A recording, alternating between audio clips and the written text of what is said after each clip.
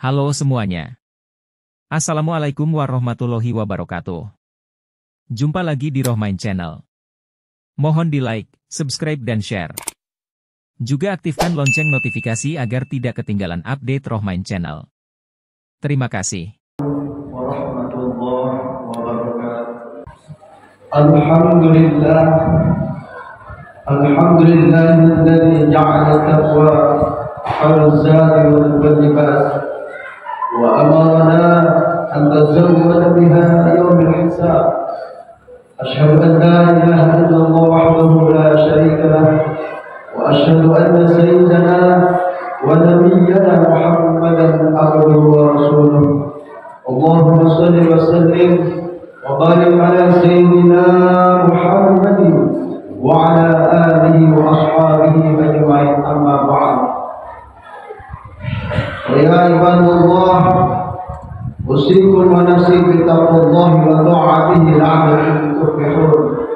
وقد قال تعالى في الكتاب الكريم: أعوذ بالله من الشيطان الرجيم، بسم الله الرحمن الرحيم.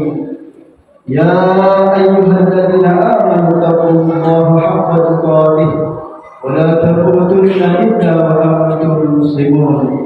وقال أيضا: يا أيها الذين آمنوا اتقوا الله وقولوا قولا سديدا يصلح لكم أعمالكم ويغفر لكم ذنوبكم ومن يطع الله ورسوله فقد فاز فوزا عظيما. صدق الله العظيم. Ma'asyiral muslimin, jamaah salat Jumat yang dimuliakan Allah Subhanahu wa taala. Pada kesempatan yang berbahagia ini, di hari yang mulia, Sayyidul Ayyam, dan di bulan yang mulia, yaitu di bulan Muharram, salah satu bulan yang dimuliakan Allah Subhanahu wa taala. Sudah sepantasnya kita meningkatkan kualitas amalan ibadah kita kepada Allah Subhanahu wa taala sebagai salah satu bentuk rasa syukur kita kepada Allah Subhanahu wa taala. Karena bulan Muharram ini seluruh amal ibadah akan dilipat gandakan pahalanya dari hadapan Allah Subhanahu wa taala. Sebaliknya, perbuatan buruk, maksiat itu akan mendapatkan ganjaran dosa yang berlipat ganda pula. Ma'asyiral muslimin yang rahimakumullah. Karena itu, momentum bulan Muharram ini sudah seharusnya kita bagaimana kita meningkatkan amal ibadah kita kepada Allah Subhanahu wa taala. Dan karena itu kami ada bulan awal, bulan Hijriah, maka ini harusnya kita jadikan sebagai momentum kita untuk bagaimana kita merenungkan kembali pesan yang pernah disampaikan oleh baginda Rasulullah SAW kepada salah satu sahabatnya yang bernama Abu Dzar Al-Ghifari. Kemudian ditulis oleh Syekh Imam Nawawi Al-Ghazali di dalam kitab yang As-Sawa'il Ibad. Di dalam pesan itu Rasulullah menyampaikan, ya Abu Dzar, jadidis sabilah wa innal bahra amikun wa mudhiz zada kamilan wa innas sabra ba'idun wa khafifil hamla wa innal a'wabata ta'udun wa akhlisil amala wa innan naqada basirun. Rasulullah menyampaikan, wahai Abu Dzar, perbaharulah kapalmu karena laut itu dalam. Ambillah bekal yang cukup karena perjalanannya adalah jauh. Ringankanlah beban bawaan karena lereng bukit sulit dilalui. Dan ikhlaslah beramal karena Allah Subhanahu wa taala itu adalah Maha Pelindung. Ini adalah pesan yang disampaikan oleh Rasulullah SAW kepada salah satu sahabat, yaitu Abu Dzar Al-Ghifari. Pesan ini tentu tidak mudah untuk kita pahami. Dan itulah yang kemudian dijelaskan oleh Imam Nawawi. Karena apa yang disampaikan oleh baginda Rasulullah SAW ini adalah dalam bentuk kiasan, metaforis, itu menggambarkan tentang sebuah tujuan hidup kita, apa yang akan kita capai nanti dalam kehidupan kita ini, dan mau kemana kita dalam kehidupan ini. Itulah yang ingin disampaikan oleh baginda Rasulullah SAW. Yang pertama, Rasulullah menyampaikan jadidis safinah wa innal bahra amikun. Ini adalah merupakan perintah Rasulullah SAW bagaimana kita akan memperbarui perahu. Apa ini maksud di sini? Yang dimaksud dengan perahu ini adalah niat kita. Wa innal bahra amikun, karena sesungguhnya lautan itu adalah dalam. Ini adalah sebuah ilustrasi bahwa akhirat itu ibaratnya adalah lautan yang dalam sekali. Karena begitu dalam, maka harusnya kita harus mempersiapkan dengan sebaik mungkin ketika akan mencapai mengarungi lautan yang begitu dalam.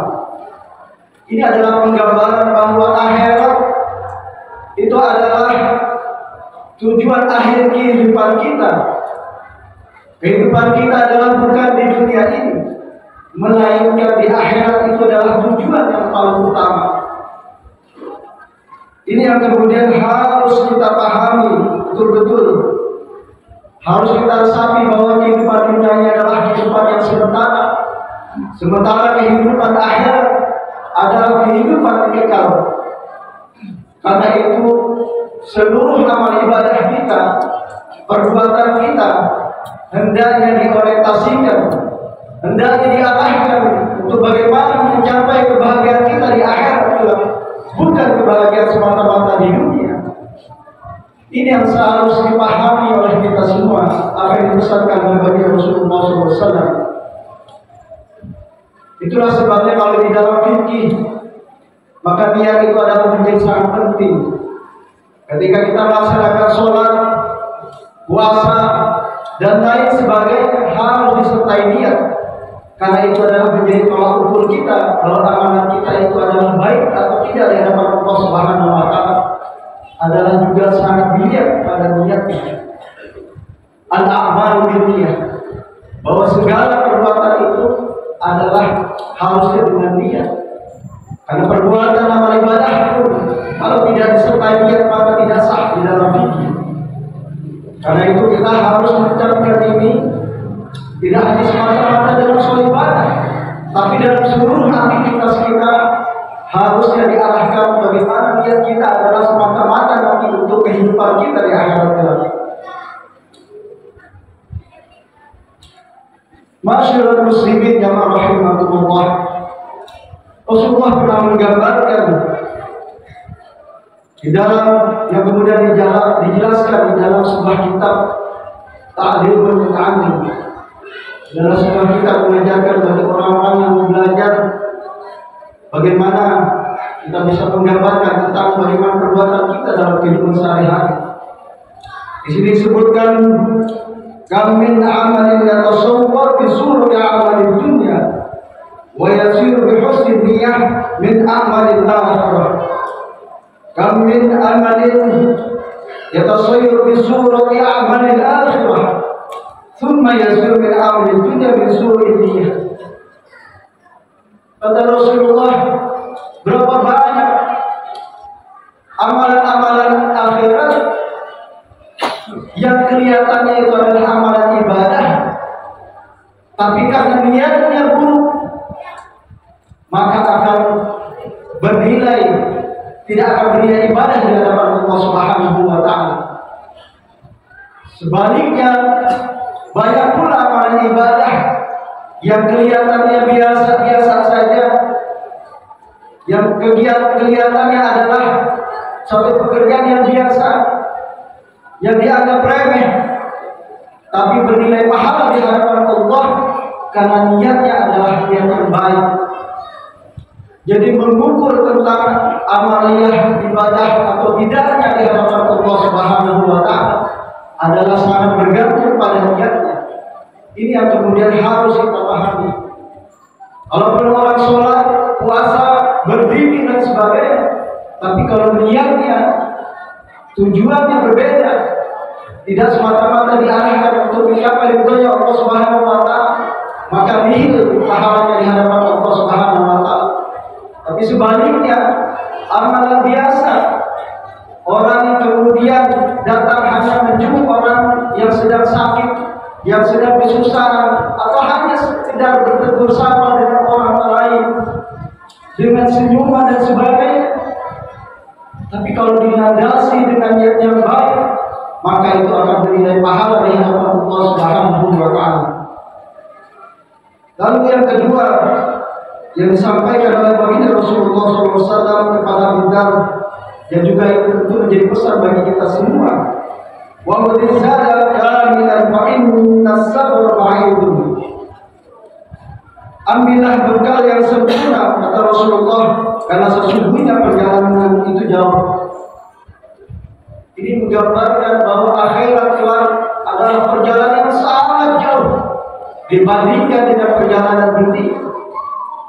Karena itu kita harus membawa bekal yang baik.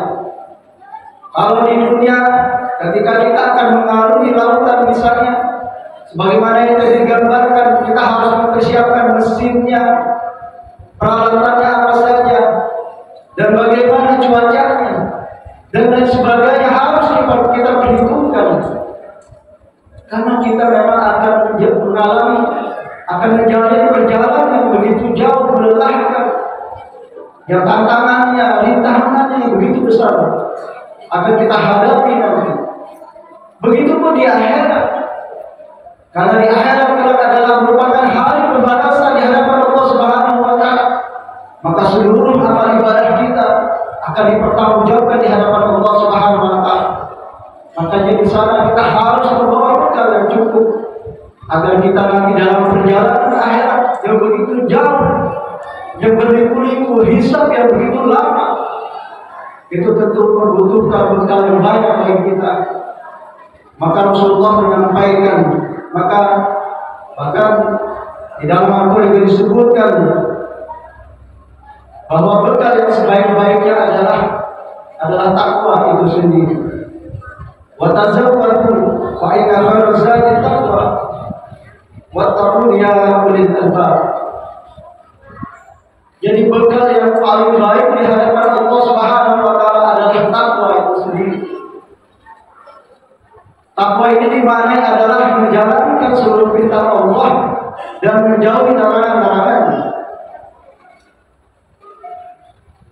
Perintah Allah untuk menjalankan sholat, melaksanakan puasa, berhaji, berzikir, berselawat dan sebagainya, itu adalah merupakan salah satu bentuk kita bagaimana kita bangun menjadi orang-orang yang bertakwa di hadapan Allah Subhanahu wa taala. Sebaliknya, kita menjadi larangan yang maksiat, perbuatan-perbuatan yang mengarahkan kita kepada kedurhakaan kepada Allah Subhanahu wa taala, hendaknya kita jauhi, karena itu justru akan menjauhkan kita dari termasuk orang-orang yang bertakwa di hadapan Allah Subhanahu wa taala. Maka rugilah orang ketika dia meninggal dunia lalu dia merasa menyesal. Itulah yang dikhawatirkan dan ditegaskan di dalam firman Allah Subhanahu wa taala, ya laitani qaddamtu ya hayati. Duhai alangkah baiknya kiranya aku dahulu kalau saja mengerjakan amal kebaikan untuk hidupku ini. Ini adalah sebuah penggambaran. Banyak sekali orang ketika meninggal dunia, kata Allah, mereka menyesal, semenyesal-nyesalnya karena dia tidak membawa bekal yang banyak ketika menghadap Allah Subhanahu wa taala. Hadirin jamaah salat Jumat yang dimuliakan Allah Subhanahu wa taala. Lalu nasihat yang ketiga yang disampaikan oleh Rasulullah SAW, wa khafifil hinda fa innal aqbata kabur. Ini adalah perintah untuk meringankan beban bawaan karena perjalanan akhirat kita itu begitu terjal, ibaratnya bukit. Kalau kita menaiki bukit semakin banyak beban kita, maka kita tidak akan bisa menaiki bukit itu. Tapi semakin ringan, tapi dengan bekal yang cukup, yang matang dengan perhitungan yang baik, maka kita akan mencapai puncak, yaitu kebahagiaan yang tidak akhirat, sama dengan di akhirat kelak. Kalau kemudian kita di dalam kehidupan ini, hubungan kita dengan orang lain begitu baik, sering membantu orang-orang yang sedang kesusahan, membantu kegiatan masyarakat, membantu kegiatan masjid, sering melakukan kegiatan-kegiatan sosial dan kegiatan-kegiatan yang lainnya yang bermanfaat bagi masyarakat, itu akan semakin memperbanyak bekal dan justru akan meringankan beban kita di akhirat. Sebaliknya, kalau ada orang yang kemudian sering melakukan keburukan di dalam kehidupan di dalam masyarakatnya, sering menggibah, memfitnah, mengambil hak orang lain, harta orang lain dengan cara yang zalim, maka mereka ini adalah termasuk orang-orang yang kelak akan rugi di hadapan Allah Subhanahu wa taala. Kenapa? Karena dia ketika dia akan masuk surga, maka orang-orang yang pernah menzalimi akan menyangkal kepada Allah Subhanahu wa taala. Ya Allah, ini orang dulu pernah menzalimi aku, ya Allah. Bagaimana mungkin dia masuk ke surga, ya Allah, sementara zalim pernah menghinaku, pernah mengambil hartaku dengan cara yang zalim, ya Allah. Itulah yang kemudian menyebabkan dosa-dosa orang yang zalim dilimpahkan kepada orang yang zalim, dan sebaliknya bahkan pahala orang yang tadi yang melakukan kezaliman akan dilimpahkan kepada orang yang dizalimi, sehingga dia menjadi orang yang muflis, orang yang rugi, orang yang bangkrut ketika berhadapan Allah Subhanahu wa taala. Lalu yang terakhir yang disampaikan oleh Rasulullah SAW, dan pesan ini juga berlaku bagi kita semua, wa akhlisul amal, maka hendaknya kita ikhlas di dalam segala perbuatan kita, semata-mata dilakukan adalah hanya semata-mata karena Allah Subhanahu wa taala, untuk meraih, untuk mencari ridhonya Allah Subhanahu wa taala.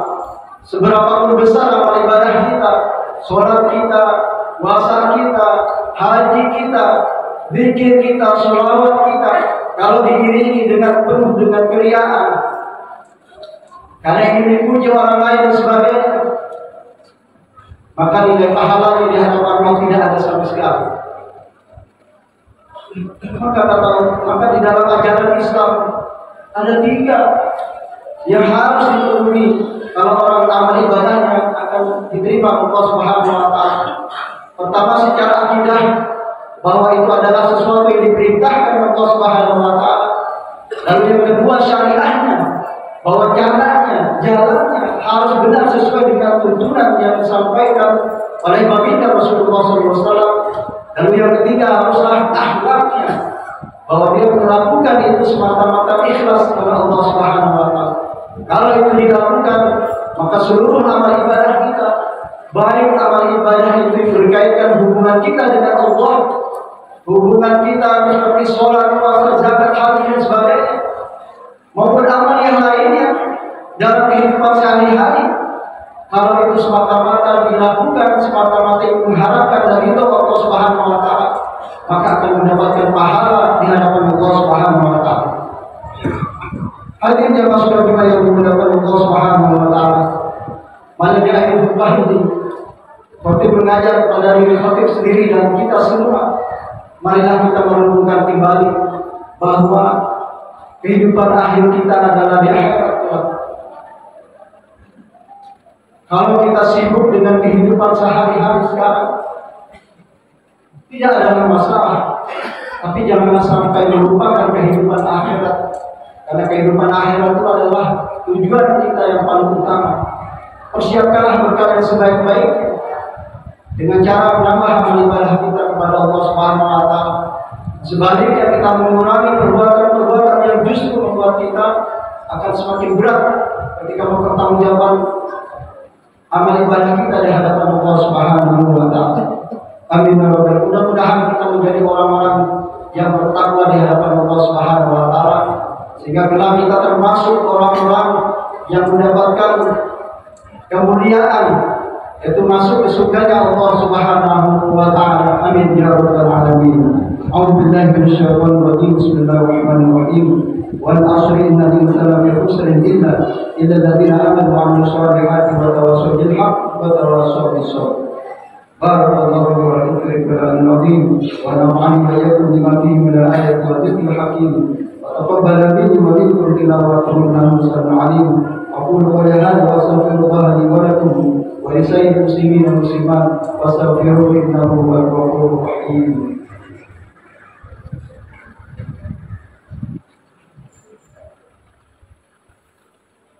Alhamdulillah